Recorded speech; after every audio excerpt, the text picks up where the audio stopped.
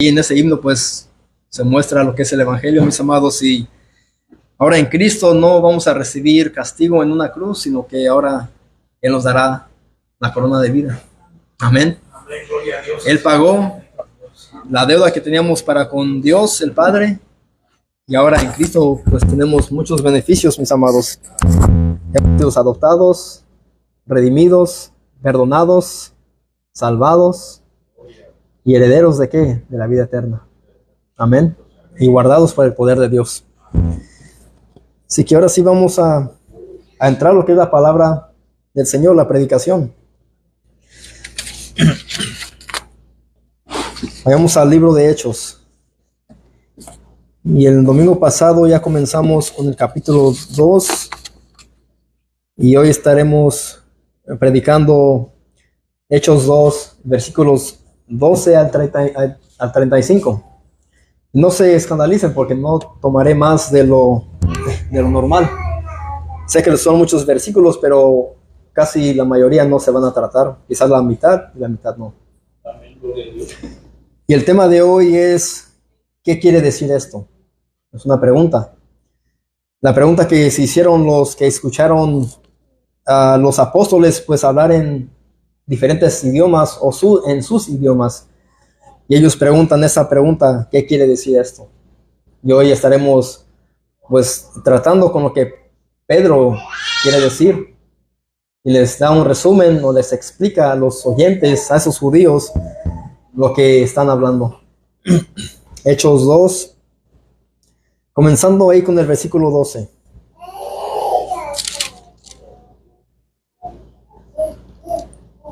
Y dice así la palabra de nuestro Dios. Ya nuestro hermano Carlos ya oró por la predicación. Dice, y estaban todos atónitos y perplejos, diciéndose unos a otros, ¿qué quiere decir esto? Ese es el título del sermón de hoy. Mas otros, burlándose, decían, están llenos de mosto. Mis amados, recuerden que el milagro en Pentecostés atrajo a las masas. Pero las distintas respuestas por parte de las personas demostraron que el milagro necesitaba una explicación a través de la predicación de las Escrituras. Por esta razón ellos preguntan, ¿qué quiere decir esto? Ellos querían saber qué significaba todo esto. Versículo 13 dice, mas otros burlándose decían, están llenos de mosto. Aparte de que otros estaban atónitos, estaban asombrados hasta el punto de no poder ellos reaccionar. Estaban como en shock. ¿Cómo es posible que estos galileos sin estudio puedan hablar en nuestras lenguas, en nuestros idiomas? Se quedaron como paralizados. Otros estaban confusos, otros se burlaban y otros decían que pues estaban ebrios, que estaban más bien borrachos, porque habían quizás tomado mosto. Pero ¿qué nos enseña esto, mis amados? Que cuando nosotros predicamos el Evangelio a los incrédulos, algunos tienen curiosidad sobre de lo que estamos hablando. Otros se burlan y otros nos tienen como por locos. Y es lo mismo que estaba sucediendo ahí, en ese entonces. Eso, mis amados, es algo normal que va a suceder. Si lo vemos en la Biblia, nosotros también lo vamos a experimentar. Cuando salgamos a las calles, a la pulga como el día de hoy, cuando salgamos a predicar, muchos van a estar atentos, muchos quizás van a estar en shock, diciendo, ¿quiénes son estos? ¿Por qué hacen esto? ¿Por qué predican esto? Y otros se pueden burlar. Otros nos pueden tener como por fanáticos, extremistas, o religiosos, o locos. Pero gloria a Dios por eso. Si a los apóstoles pues así los miraron, a nosotros pues, mis amados, con más razón. Pero recuerden que la pregunta, ¿qué quiere decir esto?, se había quedado sin contestar. Versículo 14 dice lo siguiente. Entonces Pedro, poniéndose en pie con los 11, alzó la voz y les habló diciendo, varones judíos y todos los que habitáis en Jerusalén, esto os sea notorio. Él dice, sea evidente, sin pruebas adicionales, y oíd mis palabras. Aquí vemos que Pedro una vez había negado a su Señor a causa de qué, del temor, del miedo. Pero ahora vemos a un Pedro convertido, a un Pedro regenerado. Y ahora se pone él en pie junto a los otros 11 apóstoles como símbolo de autoridad dada por quién, por Cristo mismo. ¿A quiénes? A ellos. Porque bien sabemos que Cristo fue quien eligió a sus apóstoles. Y ahora aquí vemos al Pedro que había negado a Cristo 3 veces. Ahora él es capaz de hacer esto, mis amados. También nosotros, mis amados, podemos hacer esto. Somos capaces de predicar la palabra de Dios, compartir el evangelio, predicarles a los incrédulos, porque Dios no nos ha dado un espíritu de qué, de cobardía, sino de qué, sino de poder, de amor y de dominio propio. Es el mismo espíritu, hermanos, el quien operó en ellos, opera en nosotros también. Ese mismo espíritu que vino y descendió sobre los 120, que vino en Pentecostés, es el mismo que viene y mora en aquellos incrédulos, en aquellos pecadores. Cuando ellos creen en Cristo, es el mismo espíritu. No ha cambiado. Aquí vemos que Pedro se pone en pie con los 11 y él les dice, varones judíos, y a todos los que habitáis en Jerusalén, esto sea notorio y oíd mis palabras. Versículo 15 dice, porque estos no están ebrios como vosotros suponéis, puesto que es la hora tercera del día. Lo que Pedro hace aquí es que él defiende el don de lenguas, idiomas, lenguajes, dialectos entendibles, que no son entendibles. Él subraya que no era una embriaguez lo que los hizo hablar de esta manera, por la razón que eran las 9 de la mañana. Él dice, no están ebrios. Él defiende lo que había sucedido ahí en Pentecostés. Y él se para con autoridad y les dice, oíd mis palabras. Porque estos no están ebrios, no están borrachos, como vosotros suponéis. Ustedes suponen que estamos ebrios, que estamos borrachos, pero no es así. Versículos 16 al 21. Dice, mas esto es lo dicho por quién, por el profeta Joel. Él aquí va a recitar lo que el profeta Joel profetizó. Dice, y en los postreros días, dice Dios, derramaré de mi espíritu sobre toda carne. Y vuestros hijos y vuestras hijas profetizarán, vuestros jóvenes verán visiones, y vuestros ancianos soñarán sueños. Y de cierto, sobre mis siervos y sobre mis siervas en aquellos días derramaré de mi espíritu. Y eso es lo que sucedió en Pentecostés. Y profetizarán, y daré prodigios arriba en el cielo y señales abajo en la tierra, sangre y fuego y vapor de humo. Y el sol se convertirá en tinieblas y la luna en sangre, antes que venga el día del Señor grande y manifiesto. Y todo aquel que invocare el nombre del Señor será salvo. Pedro había aprendido por quién, por Cristo mismo, a cómo entender las Escrituras, el Antiguo Testamento. Y él aquí recita lo que el profeta Joel había dicho en su libro. Pedro aquí anuncia lo que el profeta Joel profetizó y ya había comenzado. El Espíritu fue derramado sobre los creyentes ordinarios, común y corrientes, del vulgo y sin letra, galileos simples. Y lo que sucedió ahí fue una línea que dividió la historia, mis amados. Desde ese día, cuando personas eran unidas a Cristo por fe, el Espíritu venía y moraba en ellos. Venían a ser templos espirituales del Espíritu Santo. Versículo 22 dice, Varones israelitas, oíd estas palabras. Aquí vemos la segunda vez que Pedro dice, oíd mis palabras. Ahora él dice, oíd estas palabras. Y dice, Jesús Nazareno, varón aprobado por Dios entre vosotros con las maravillas, prodigios y señales que Dios hizo entre vosotros por medio de él, como vosotros mismos sabéis. Lo que Pedro está diciendo aquí cuando dice varón aprobado, se refiere al ministerio público de Jesús, que lo demuestra como el enviado por Dios, con el poder ¿para qué?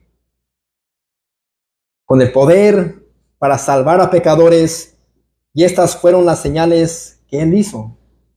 Jesucristo hizo ¿qué? Señales, milagros, prodigios, y él está diciendo lo mismo aquí. Dice Pedro, varones israelitas, oíd estas palabras, Jesús Nazareno, varón aprobado por Dios entre vosotros con las maravillas, prodigios y señales que Dios hizo entre vosotros por medio de quién, dice de él. Dios las hizo por medio de Cristo.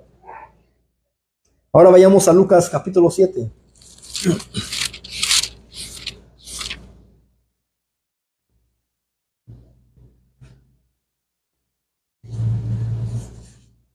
Lucas 7, versículos 18 al 23.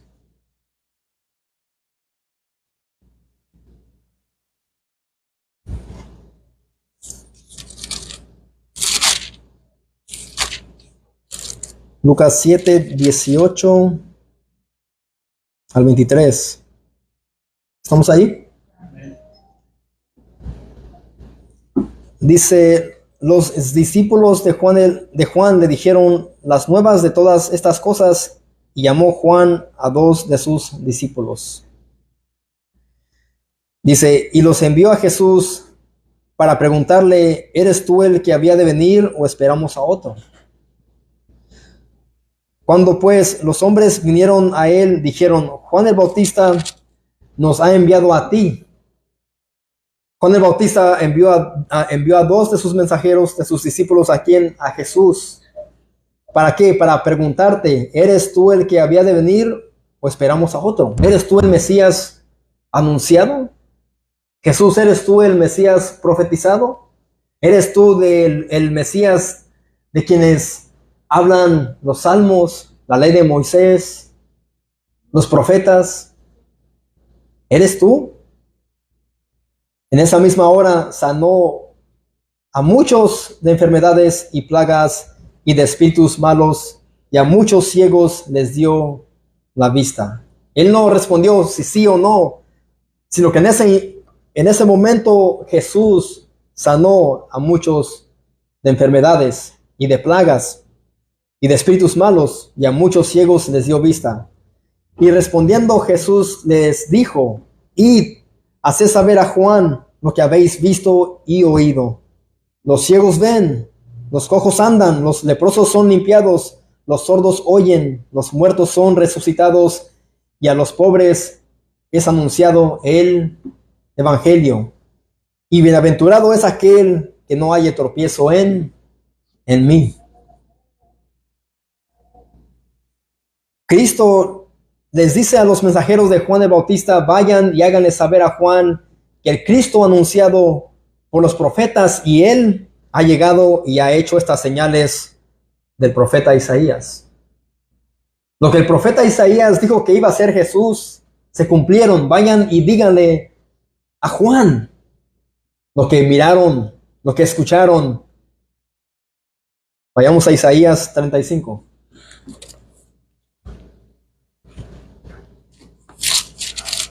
Versículos 5 al 6.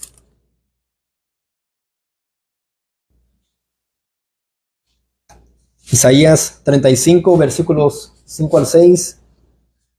Y después de eso vamos a ir a Isaías 61.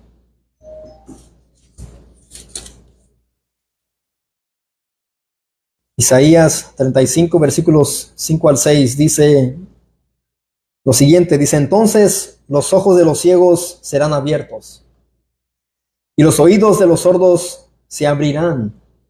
Entonces el cojo saltará como un ciervo y cantará la lengua del mudo, porque aguas serán cavadas en el desierto y torrentes en la soledad.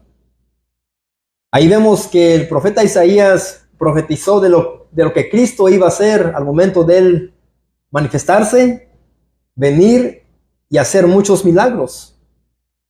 Entonces, por eso es que él deja que ellos miren, los mensajeros de Juan el Bautista, que miren y escuchen, y después él les dice, vayan y díganle a él, a Juan, que yo soy, de quien el profeta Isaías habla en el Antiguo Testamento. Yo ya he hecho estos milagros, estas señales, estos prodigios, y déjenme saber a Juan que soy yo. Ahora Isaías 61, versículos 1 al 2.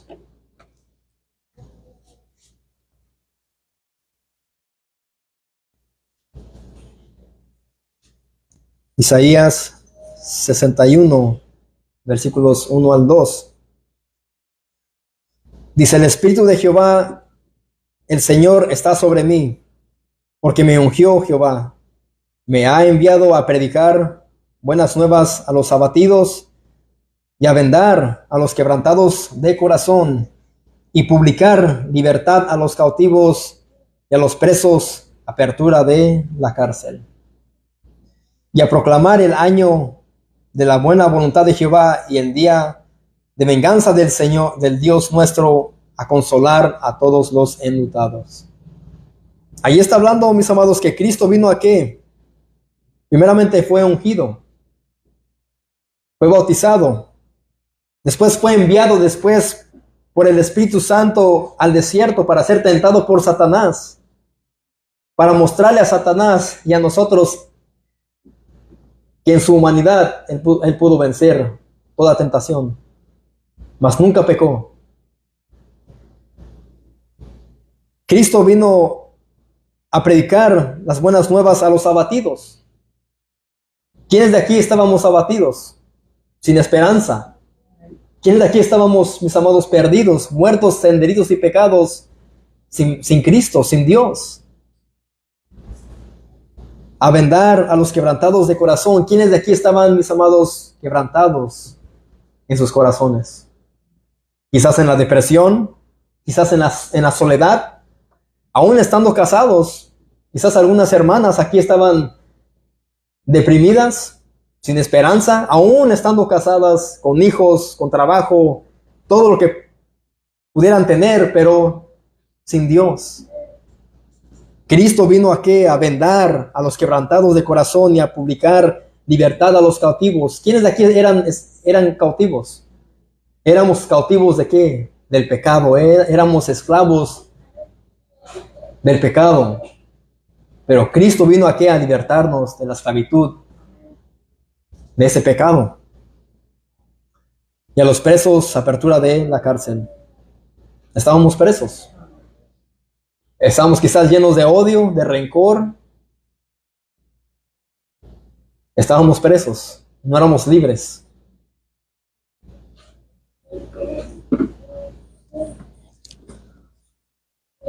¿Pero qué causó todo esto, mis amados?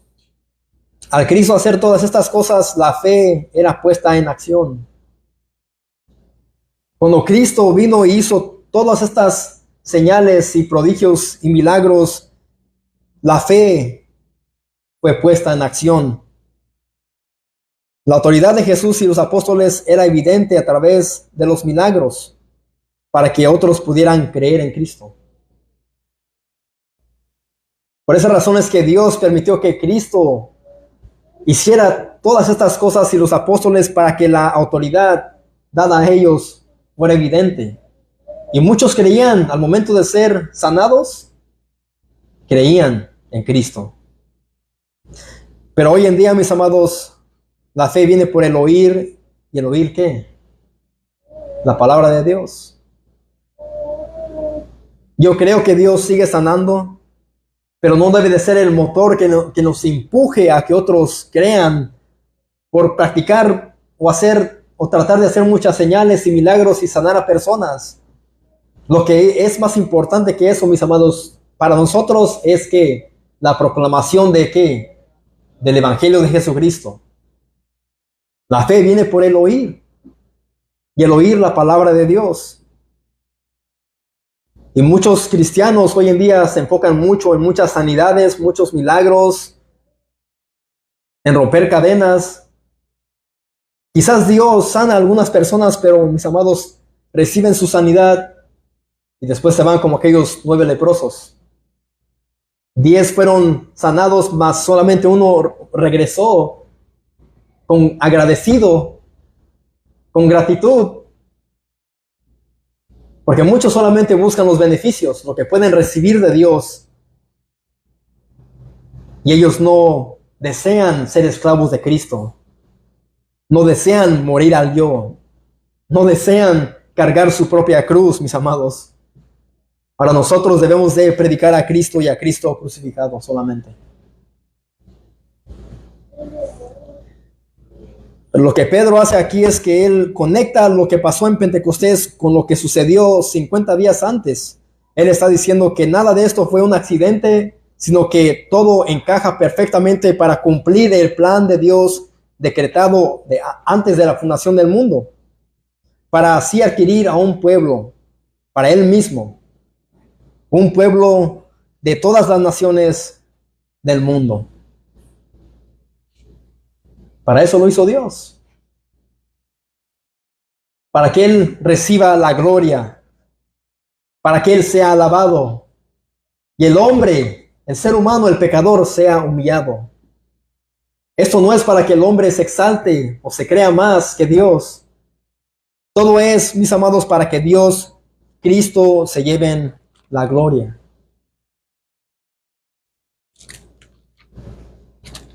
Vamos a la primera carta de Pedro.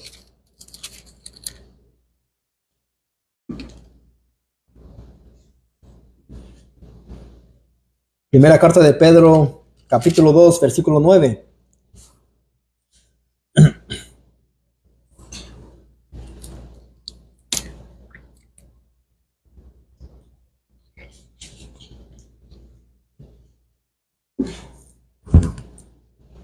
Dice Pedro, mas vosotros sois linaje por su propia voluntad de ustedes. Dice, escogido. Mucho cristiano desprecia esta palabra cuando nos dice la palabra que Dios escoge, elige. Mas vosotros sois linaje escogido, real sacerdocio, nación santa, pueblo adquirido por ¿quién? Comprado por Dios. Los creyentes, los que son nuevas criaturas, los que han creído en Cristo y han nacido de nuevo, son pueblo adquirido por Dios para que anunciéis las virtudes de aquel que os llamó de las tinieblas a la luz admirable. Todo creyente, mis amados, debe de anunciar las virtudes de aquel que nos llamó de las tinieblas a la luz admirable que es Cristo. Todo creyente debe de hacer esto, anunciar las virtudes de aquel que nos llamó a nosotros. Así como Cristo llamó a los primeros pescadores, a Mateo, cuando Cristo se le presentó a Saulo de Tarso en camino a Damasco, y no hubo quien pudiera con la voluntad de Dios. Es Dios quien nos llamó a nosotros. Hemos sido linaje escogido, real sacerdocio, nación santa, pueblo adquirido por Dios, para poder nosotros anunciar las virtudes de aquel que os llamó de las tinieblas a la luz admirable. Todo eso comenzó ahí en Pentecostés. Ellos estaban siendo testigos de una parte singular, unos eventos complejos de unidad. Y mis hermanos, sin Pentecostés, el arte de la culminación, esto se puede referir al cumplimiento de una profecía, la conclusión de una dispensación o la realización del propósito de Dios. Pentecostés fue el punto más alto, final y completo del proceso del plan divino de Dios. Sin este evento milagroso, la muerte y la resurrección de Cristo serían incompletos. Cristo dijo a sus discípulos que le era necesario que Él se fuera, pero que no los iba a dejar huérfanos, que les iba a enviar a otro consolador. Esto iba a suceder después de que Él fuera a la cruz, muriera y después que Él resucitara. Después de ahí Él iba a enviar al Consolador, al Espíritu Santo, y en Pentecostés es cuando vino el Espíritu Santo y fue derramado sobre los 120. Lo que el profeta Joel dijo que iba a suceder, había sucedido.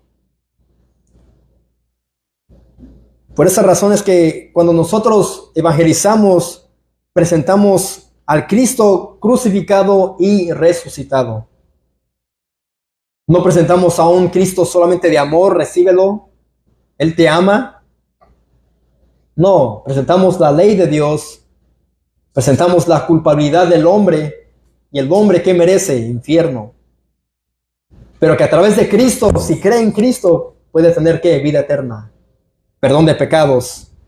Y siempre, mis amados, presentamos lo que Cristo hizo en la cruz del Calvario y después decimos, pero al tercer día Él ¿qué? Resucitó y está a la diestra del Padre. Vayamos a Mateo 28.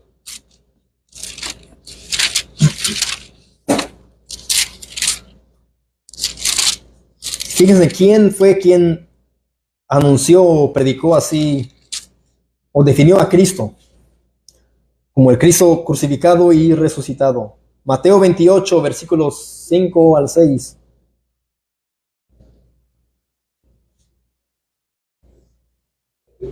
Aquí es ya después de que Cristo resucita.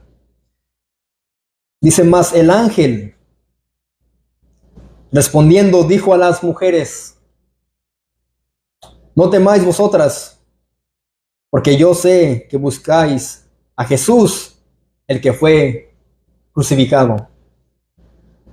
¿Cómo es que dice el ángel? ¿Cómo es que él se refiere a Jesús? El que fue crucificado primeramente. No está aquí, pues ha resucitado, dice el ángel. Como dijo, venid, ved el lugar donde fue puesto el Señor. Aquí vemos que si este ángel, pues, habló de Cristo como el Cristo crucificado y resucitado, nosotros debemos de hablar de Cristo de igual manera. Cristo no es un tipo hippie, que es solamente amor. Es un Cristo que murió por amor a la iglesia, que padeció, sufrió, murió, se entregó por completo, voluntariamente. ¿Por amor a quiénes? A los escogidos, a su iglesia. Pero Él también resucitó.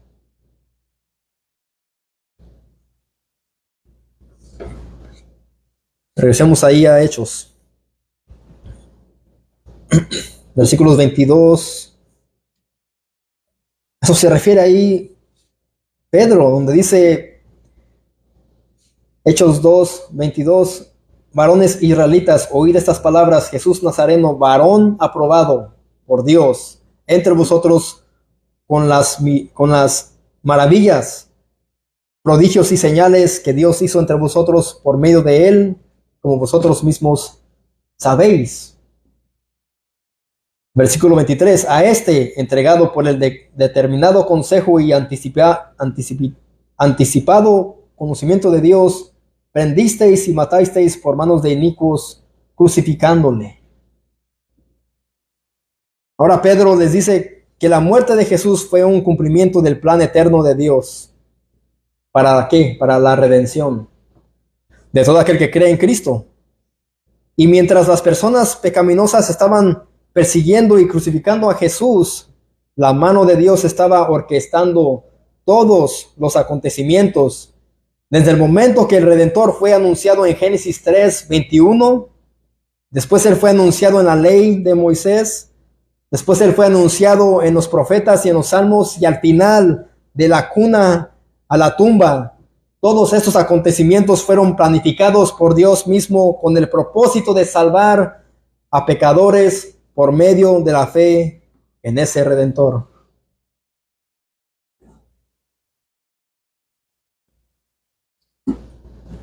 A este entregado por el determinado consejo y anticipado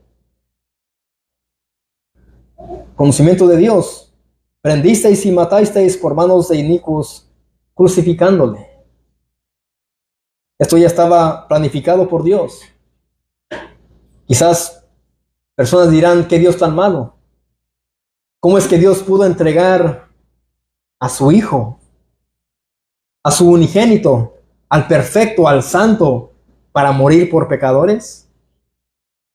Bueno, pero la humanidad, los incrédulos solamente ven lo que Dios hizo, pero no pueden ver ellos más de aquí, que Dios lo hizo, que si ellos pueden creer, ellos van a ser salvos. Ellos no pueden ver el amor de Dios, ellos solamente ven lo que Dios hizo, entregando a su Hijo para morir en una cruz, y ellos dicen, qué Dios tan malo, ¿no? Qué Dios tan perverso, que mandó a su Hijo a morir, pero no pueden ellos captar para morir por pecadores. Eso ya estaba determinado por Dios. Versículo 24. Al cual Dios levantó,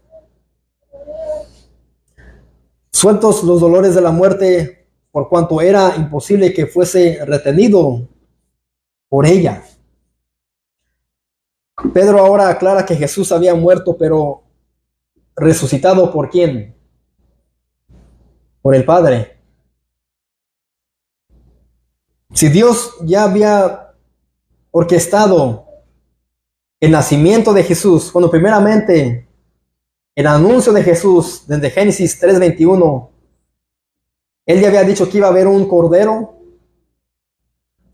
y después que ese cordero iba a nacer de María la Virgen, y después Él iba a padecer, sufrir, morir, ser crucificado y después resucitar, al cual Dios levantó después de todo esto. Dios lo levantó de entre quién? De entre los muertos. Todo lo hizo Dios.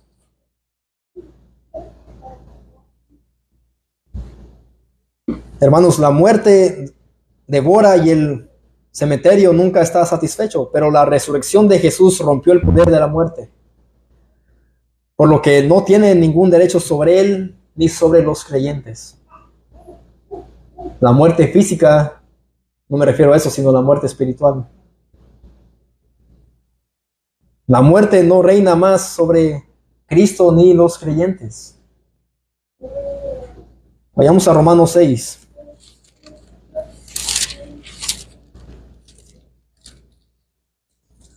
Romanos capítulo 6, versículos 8 al 9.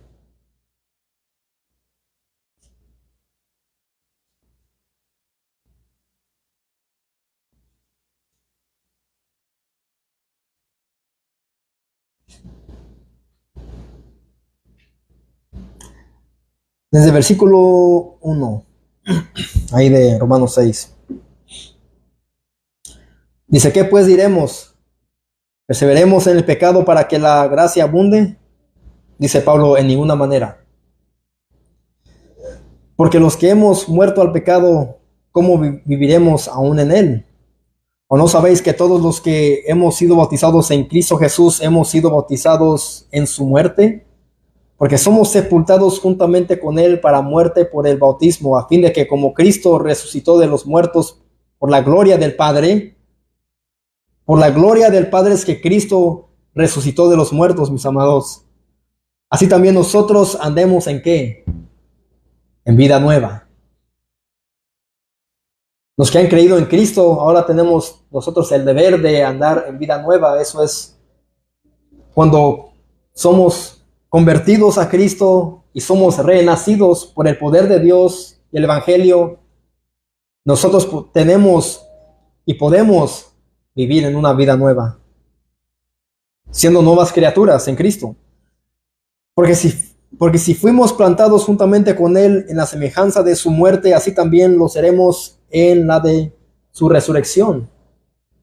Así que si hemos muerto al yo en Cristo, ahora nosotros también, cuando resucitemos, cuando Cristo venga, nosotros vamos a resucitar también igual que Cristo. Sabiendo esto, que nuestro viejo hombre fue crucificado juntamente con Él para que el cuerpo del pecado sea destruido, a fin de que no sirvamos más al pecado. Porque el que ha muerto ha sido justificado del pecado. Y si morimos en Cristo, creemos que también viviremos con Él. Sabiendo que Cristo, habiendo resucitado de los muertos, ya no muere. La muerte no se enseñorea de Él, porque en cuanto murió al pecado, murió una vez por todos, mas en cuanto vive, para Dios vive. Cristo pues, ciertamente murió en su humanidad, pero Él después resucitó por el poder de ¿quién? Del Padre. Y cuando Cristo regrese en su segunda venida, los muertos, dice la palabra que ¿qué? Que van a resucitar. Y los que estén vivos, los creyentes, ¿qué va a suceder con ellos? Seremos arrebatados. Iremos en gloria con Cristo. Pero tendremos un cuerpo glorificado. Ya no moriremos. Podemos morir físicamente, morir de una enfermedad, de un accidente, pero después vamos a resucitar. ¿Para ir a dónde? A la vida eterna. Esa es la esperanza que tenemos. La única esperanza. Y eso nos debe de llenar de ¿qué? De gozo, de alegría y de gratitud hacia el Señor. Recuerden que Pedro está respondiendo a la pregunta, ¿qué quiere decir esto? Él está, después de que los que escucharon, ¿qué quiere decir esto? Él está respondiendo, está él hablándoles a ellos de lo que ellos comenzaron a hablar en otros idiomas. Él les está dando como una explicación a ellos. Regresemos a Hechos 2, versículos 25 al 28. Hechos 2, versículos 25 al 28. Primeramente, él les habla acerca de la profecía del profeta Joel y después de los milagros que Cristo hizo, de su muerte, de su resurrección y que Dios lo levantó de entre los muertos. Pero ahora él dice lo siguiente, porque David dice de él. Aquí está diciendo que David habla acerca de ¿quién? De Cristo. El rey David, en el Salmos 16, versículo 8 al 11, dice, porque David dice de él esto, veía al Señor siempre delante de mí, porque está a mi diestra, no seré conmovido, por lo cual mi corazón se alegró y se gozó mi lengua, y aún mi carne descansará en esperanza, porque no dejarás mi alma en el Hades, ni permitirás que tu santo vea corrupción. Me hiciste conocer los caminos de la vida, me llenarás de gozo con tu presencia. Aquí Pedro deja en claro que el salmista no está hablando de él mismo, sino de él, Cristo, que vino de su descendencia. Él aquí está hablando de Cristo. Y Pedro quiere convencer a los oyentes de la resurrección de Cristo y no la resurrección de él. ¿Cómo sabemos esto? Versículo 29. Dice, varones hermanos, se os puede decir libremente del patriarca David que murió y fue sepultado, y su sepulcro está con nosotros hasta el día de hoy. Él les dice a ellos que pues bien, el rey David él murió, fue sepultado, pero su sepulcro está aquí con nosotros, sabemos de dónde está, él enterrado. Así que no es posible que David resucitó.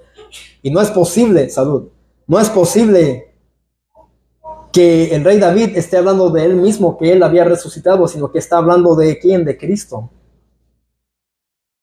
El rey David en los Salmos, inspirado por el Espíritu Santo, habla acerca del padecimiento de Cristo. Porque es lo que dice ahí en el versículo 27, porque no dejarás mi alma en el Hades, ni permitirás que tu santo vea corrupción. Cristo, en verdad, es cierto, mis amados, resucitó. Y eso es algo que debemos nosotros creer y tener una certeza, una convicción, si es que somos creyentes, que Cristo vivió, murió y resucitó. De eso consiste el Evangelio. Todo aquel que niega que Cristo resucitó está desviado y no ha entendido el Evangelio y quizás no es creyente.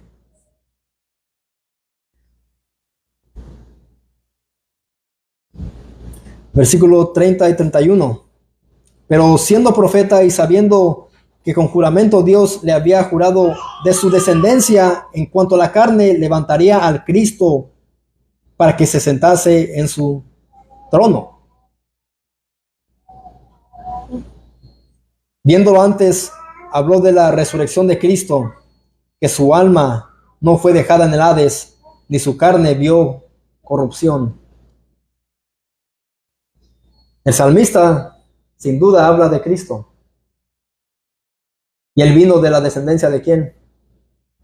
De David. Por eso es que muchos le decían Jesús, Jesús, hijo de David. Por esa razón.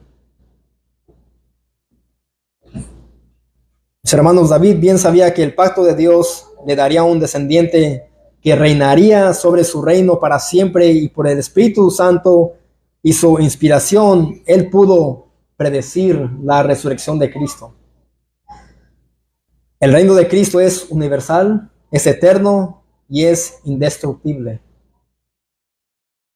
El reino de Cristo no es como los reinos de este mundo. El imperio romano en ese entonces era muy poderoso.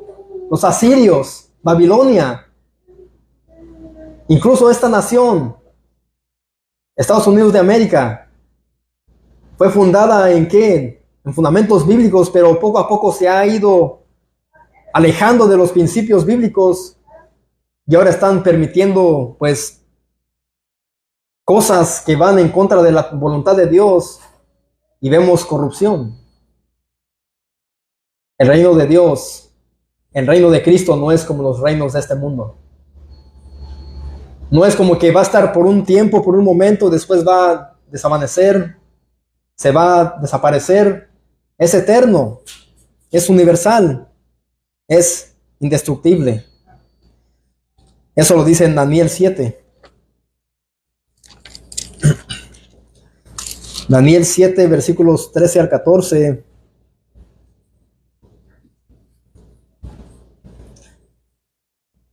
Dice, miraba yo en la visión de la noche, y he aquí con las nubes del cielo venía uno como un hijo de hombre, que vino hasta el anciano de días, y le hicieron acercarse delante de él, y le fue dado dominio, gloria y reino, para que todos los pueblos, naciones y lenguas le sirvieran. Su dominio es dominio eterno, que nunca pasará, y su reino, uno que no será destruido. Aquí vemos, aquí en Daniel 7, que dice, y le fue dado dominio, gloria y reino, para que todos los pueblos, naciones y lenguas le sirvieran. Y lenguas. Personas de diferentes naciones, regiones, personas que hablen idiomas diferentes, como lo vimos ahí en Pentecostés. Eso ahí se había cumplido. Lo que está aquí escrito en Daniel, en Pentecostés se cumplió todo lo profetizado, todo lo anunciado. Su dominio es dominio eterno, que nunca pasará, y su reino uno que no será destruido. Ese reino de Cristo. No importa cuánta persecución venga en contra de los cristianos en India, en Asia, en lugares ahora estamos mirando en México. No importa si esos creyentes llegan a ser martirizados, puestos a muerte, encarcelados. Y los que hacen tales cosas quizás pensarán, ya paramos todo esto. Ya paramos a los aleluyas, a los evangélicos. El reino de Cristo no pasará nunca, ni nunca será destruido. Es una iglesia, es un cuerpo espiritual.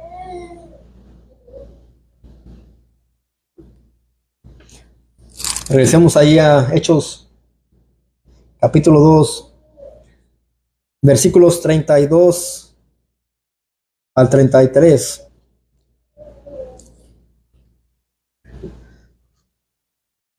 A este Jesús resucitó Dios, de lo cual todos nosotros somos testigos. Él está hablando ahí que todos los apóstoles pues fueron testigos. Él, incluyendo a los otros 11. ¿Y cuál es un requisito para ser un apóstol? Ser testigos ocular de la resurrección de Cristo. Hoy en día este oficio ya no está vigente. Si alguien te viene a ti y te dice yo soy apóstol, dile tú eres un hereje. Tú no has visto, tú no has sido testigo del misterio de Cristo, no anduviste con Él, no fuiste enseñado por Él, ni tú fuiste testigo de su resurrección, así que tú eres un falso. Cuando alguien te diga soy un apóstol.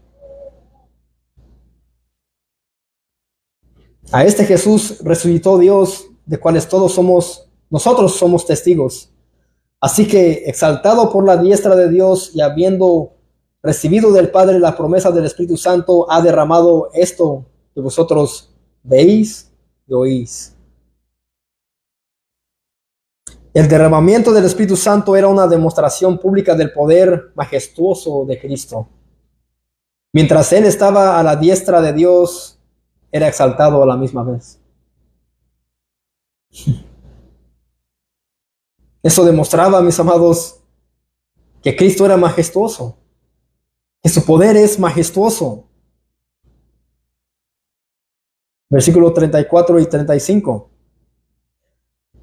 Porque David no subió a los cielos, pero él mismo dijo el Señor a mi Señor, siéntate a mi diestra. El Padre le dijo a Cristo que se sentara a su diestra. Al momento de él resucitar, Cristo volvió a la diestra del Padre. Y el salmista está diciendo esto. Dijo el Señor a mi Señor, siéntate a mi diestra, hasta que ponga a tus enemigos por estrado de tus pies. Aquí Pedro está citando el Salmo 110, versículo 1, para demostrar la suprema exaltación de Cristo como Señor y su reinado permanente hasta que sus enemigos fueran destruidos por completo. Los que se oponen a Cristo, los que se oponen a su evangelio, los que se oponen a su verdad, serán destruidos por completo. Para ellos ya no habrá misericordia, ya no habrá gracia, perdón, sino que ellos tendrán un fin justo y divino y bien merecido. Soy difícil o duro decir esto, pero es lo que va a suceder. Dios no tendrá por inocente al culpable. Todo aquel que ha rechazado a Cristo y su evangelio, Dios no los tendrá por inocentes, porque son culpables y no han creído en Cristo para salvación de sus almas y no han pedido perdón no se han arrepentido de sus pecados y para ellos ya no habrá más tiempo. Vayamos a Colosenses capítulo 2, versículos 13 al 15. Es el último que voy a leer ya. Colosenses 2, versículos 13 al 15.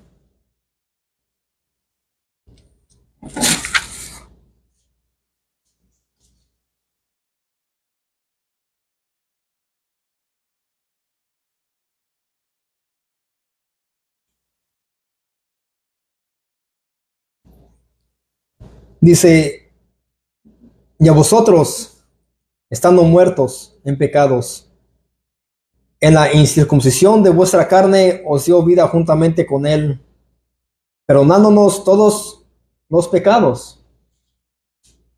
Me encanta cómo el apóstol Pablo siempre habla cuando los creyentes antes estaban muertos en pecados, en delitos. Es algo que me fascina. Es algo como recordándoles a los creyentes cuando estabais muertos en vuestros delitos y pecados. Nosotros también debemos de recordar esto, mis amados. Lo que Dios hizo. Dice, os dio vida juntamente con él. Dios les dio vida juntamente con Cristo. ¿A quiénes? A los creyentes de Colosa.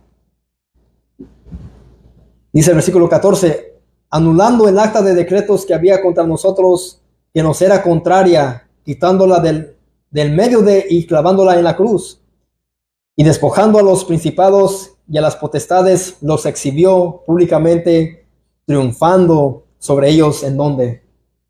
En la cruz.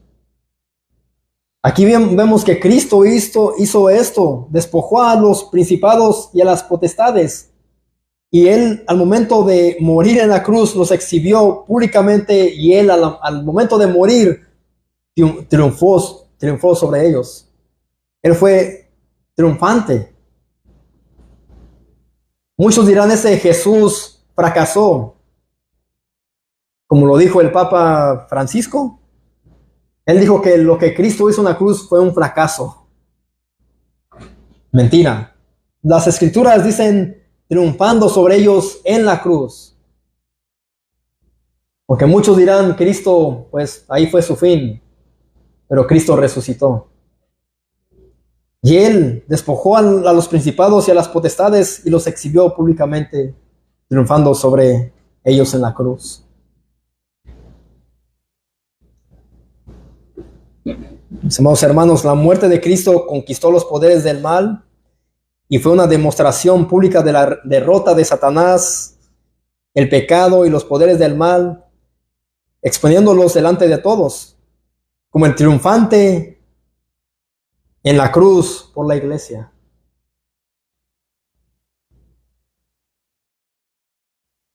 Esto es lo que quiere decir lo que nuestros hermanos hablaron en diferentes idiomas en Pentecostés.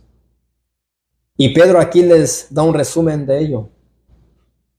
Cuando ellos preguntan, ¿qué quiere decir esto?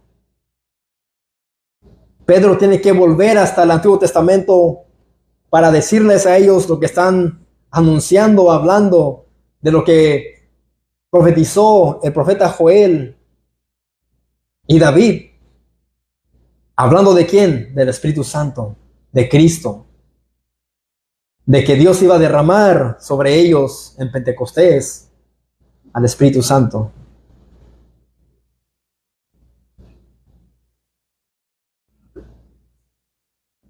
Así que Cristo resucitó y Pedro quiere convencer a los oyentes de esto.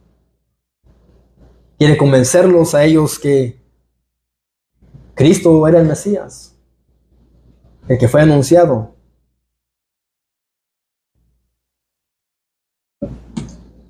Oremos.